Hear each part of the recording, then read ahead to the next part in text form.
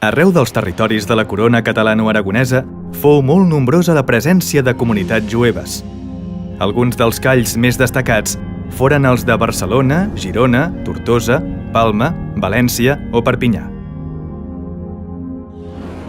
L'activitat principal desenvolupada pels jueus catalans era el comerç, amb la qual aconseguiren amassar grans fortunes. Sovint ajudaren a pal·liar les dificultats econòmiques de la corona, aconseguint com a contrapartida la concessió de molts privilegis per a les seves comunitats. També actuaren com a prestamistes i practicaren la usura, cosa que fou mal acceptada entre la resta de la població.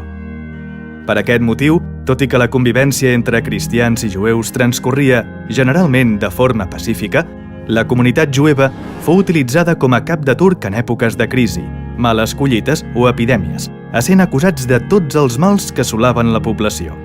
Així, el 1391, molts dels calls del regne foren assaltats. A partir d'aquest moment, les coses mai tornaren a normalitzar-se del tot i el 1492, després de diversos processos inquisitorials, els jueus es veieren obligats a convertir-se o marxar a l'exili.